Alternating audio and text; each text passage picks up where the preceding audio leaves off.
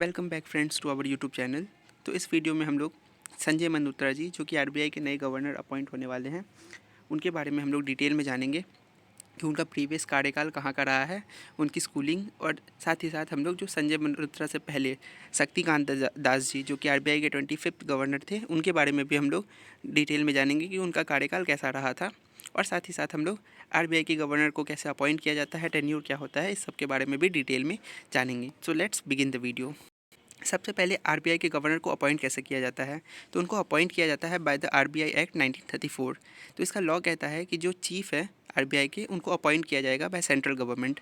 अब इसमें क्या है कि जो financial sector regulatory appointment search committee है, जो कि कंसिस्ट होता है bye cabinet secretary, current RBI governor, financial service secretary and 2 independent member, ये सारे लोग जो है मिलकर एक लिस्ट तैयार करते हैं जो कि एलिजिबल लोग हैं जो इस पोस्ट के लिए उसको इंटरव्यू के लिए बुलाया जाता है। जो शॉर्ट लिस्टेड कैंडिडेट होंगे इसमें, वो इंटरव्यू के लिए आएंगे और वो जो है कैबिनेट कमेटी ऑन अपॉइंटमेंट, वो इस चीज़ को डिसाइड करेगा, जो कि हेडेड होता है बाय द प्राइम मिनिस्टर। तो ये कमेटी जो है सेलेक्ट करता है गवर्नमेंट को through the confirmation of appointment. अब बात की जाए टेन्योर की, तो गवर्नर का जो टेन्योर है वो फिक्स होता है by the government at the age of his appointment. अब ये जो टेन्योर है वो 3 साल का हो सकता है, 4 साल का हो सकता है, ये डिसाइडेड नहीं है, लेकिन एक फ़िक्स टेन्योर रहेगा। सेंट्रल बैंक जो चीफ़ है वो एलिजिबल है फॉर रीअपॉइंटमेंट और एक्सटेंशन। जैसे कि बात की जाए शक्तिकांत दास जी की, तो वो 3 साल के लिए अपॉइंट हुए थे, लेकिन उनके टेन्योर को फिर एक्सटेंड किया गया था। तो क्वालिफ़िकेशन की बात की जाए तो आरबीआई के गवर्नर का जो क्वालिफ़िकेशन है आरबीआई एक्ट 1934 में, वो मेंशन नहीं है कि कुछ भी स्पेसिफिक क्वालिफ़िकेशन होना चाहिए, ये मेंशन नहीं है। तो डिफरेंट फील्ड के जो लोग हैं इस इंस्टीट्यूट के हेड पोस्ट को, वो किसी भी एजुकेशन फील्ड से आने के बावजूद भी ऑक्यूपाई कर सकते हैं या उस पोस्ट को होल्ड कर सकते हैं। हाउएवर जो गवर्नर है वो ट्रेडिशनली इधर सिविल सर्वेंट होते हैं या इकोनॉमिस्ट होते हैं। अब शक्तिकांत दास की टेन्योर की बात की जाए तो वो आरबीआई के 25th गवर्नर थे, जैसा कि मैंने वीडियो की शुरुआत में ही बताया।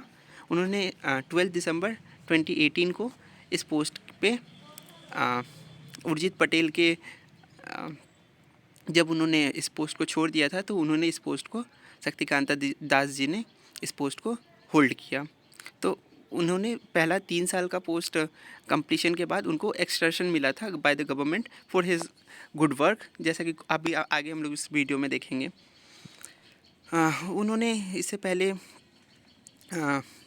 शक्तिकांत दास जी जो हैं उर्जित पटेल के सडन रेजिग्नेशन के बाद बहुत ही अच्छे तरीके से गवर्नमेंट को चलाए थे। जो गवर्नमेंट की पॉलिसीज़ है, आरबीआई के रूल्स है,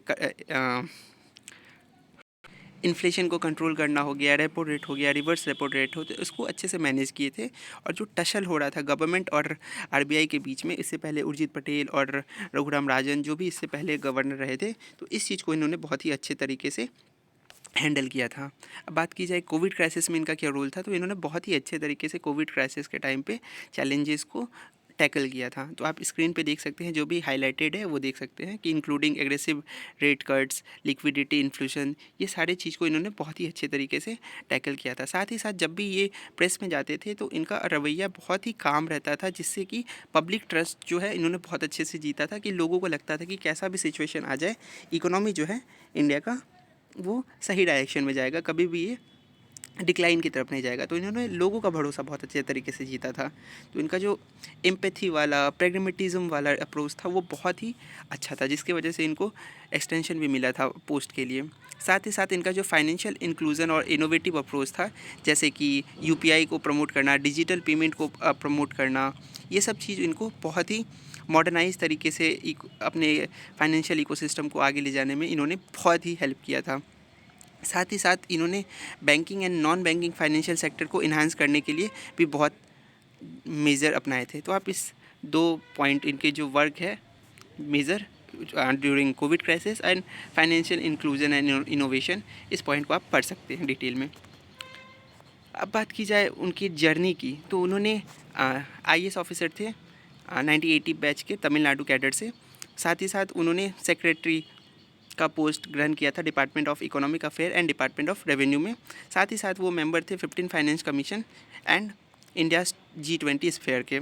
तो उन्होंने as a member of ministry of finance 8 union budget को क्राफ्ट करने में भी हेल्प किया था। तो इससे उनकी इकोनॉमी की जो समझ थी वो देखते हुए इनको प्रमोशन मिला था as a governor of RBI. But अब जो है संजय मल्होत्रा, ये 1990 बैच के आईएएस ऑफिसर है राजस्थान कैडर से। इन्होंने कंप्यूटर साइंस से इंजीनियरिंग की है फ्रॉम आईआईटी इंस्टीट्यूट, और साथ ही साथ इन्होंने मास्टर्स किया है पब्लिक पॉलिसी में फ्रॉम प्रिस्टन यूनिवर्सिटी यूएसए से। और अभी ये करेंटली सेक्रेटरी हैं इन मिनिस्ट्री ऑफ रेवेन्यू में। तो ये भी बहुत ही जानकार व्यक्ति है इकोनॉमी के, और गवर्नमेंट के पॉलिसीज़ में ये अपना रोल बहुत काफ़ी समय से निभाते आ रहे हैं। तो इनको भी ये अब अवार्ड मिला है after the resignation of Shaktikanta Das. Previous assignment जो है इनका सेक्रेटरी रहा है in department of financial service under the ministry of finance, government of India. और साथ ही साथ इन्होंने जो है एक्सटेंसिव एक्सपीरियंस है इनका फाइनेंशियल एंड टैक्सेशन सेक्टर में, इधर स्टेट और सेंट्रल गवर्नमेंट में। तो इसका जो है इनको अब अवार्ड मिल रहा है, और देखना बहुत दिलचस्प होगा कि आगे चल के ये कैसे इंडियन इकोनॉमी को आगे ले जाते हैं। क्योंकि जो क्राइसिस का पीरियड था जिसको कि शक्तिकांता दास ने after the resignation of Urjit Patel बहुत ही अच्छे तरीके से आगे ले गए थे, लेकिन रिसेंट टाइम में जो इकोनॉमी में डिक्लाइन आया है, अभी जो रिसेंट जीडीपी ग्रोथ में डिक्लाइन के बाद शक्तिकांता दास को उस पोस्ट से हटा दिया गया है। तो अब ये चैलेंज संजय मल्होत्रा जी के सामने होगा कि कैसे इंडियन इकोनॉमी को रीबूस्ट किया जाए और आगे ले जाया जाए। तो ये पूरा डिटेल एनालिसिस था between 25th RBI governor and 26th RBI governor के बारे में। तो होपफुली आपको ये वीडियो अच्छा लगा होगा। Thank you for listening this video.